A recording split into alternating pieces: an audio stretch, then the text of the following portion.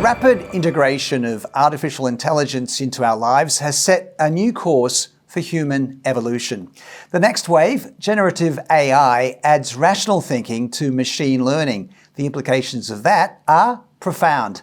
To discuss where this is heading, I'm joined by Shuayin Jia from the Australian National University. Welcome. What are the key factors you think we need to consider about AI and its roles in our lives? I think it's important to remember that AI is a very exciting development, much to look forward to, and how it's going to transform our future. But at the same time, there are many risks and social harms that could be caused by uncareful release of new technology into the society. Some of the biggest issues include algorithmic opacity, fairness issues, as well as privacy concerns, among many. Because algorithms reflect real-world biases, and this is something we need to keep in mind. Can you tell us more about algorithmic opacity? So, algorithms are often known to be quite opaque, especially those involving machine learning, which are this powerful technique in artificial intelligence that allow a machine to improve its own performance in a given task. And this requires a lot of data and very complicated mathematical models for that to happen. But when machine learning is taking place, it often kind of takes on a life of its own, to the extent that often the software engineers and the makers of the system itself don't even know what exactly is going on, although they can kind of probe what comes out of it. So this famously is often described as a black box.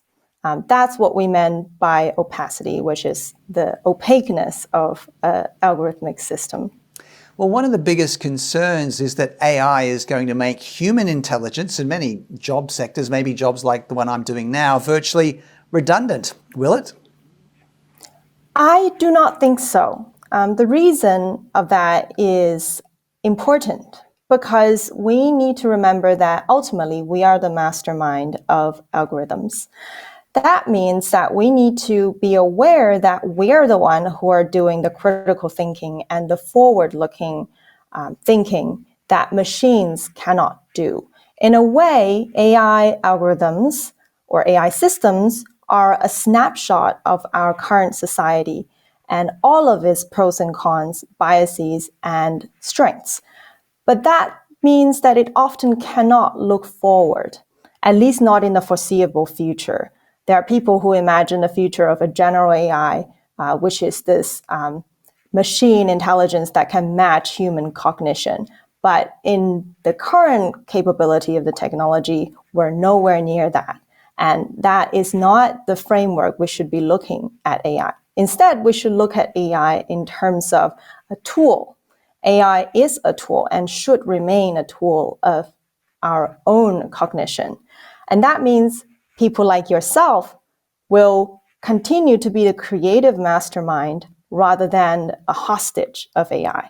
That means we need to take into our own hand what matters to us and how to think critically so that AI such as ChatGPT will always only replace the next repetitive, the next mundane task to liberate our time and energy so that we can focus on what's more important and what's more interesting to the human race.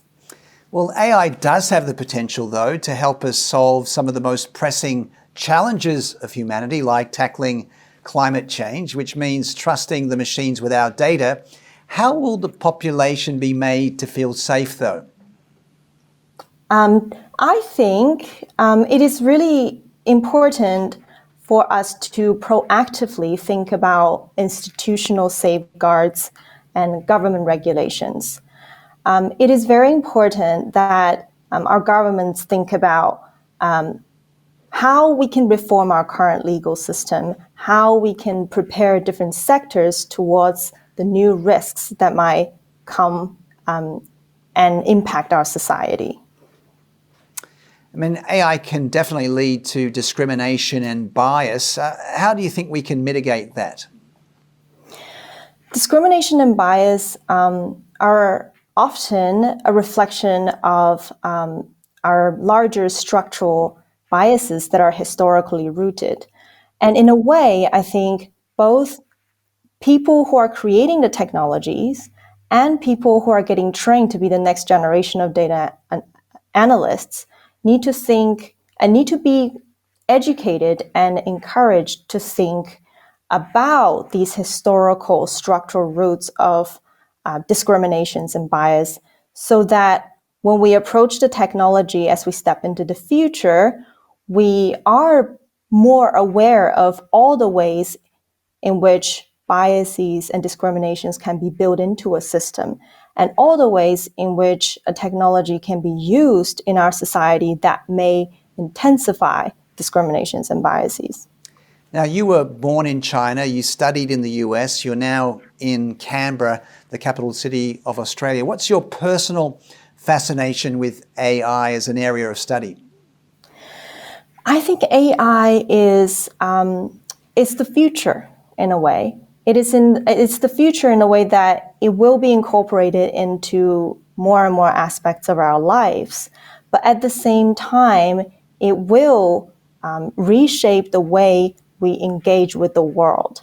And there are so many risks and benefits to it that I think there's something really exciting in preparing us for the future. And that's the primary reason I chose this field, because as a social scientist, I think there's a responsibility for us to really think in a future-oriented and in a very broad mindset. So that's why I chose this field. Well, you mentioned the future. What about the future of AI in business? I think it will be seen in more and more sectors, as it is already happening.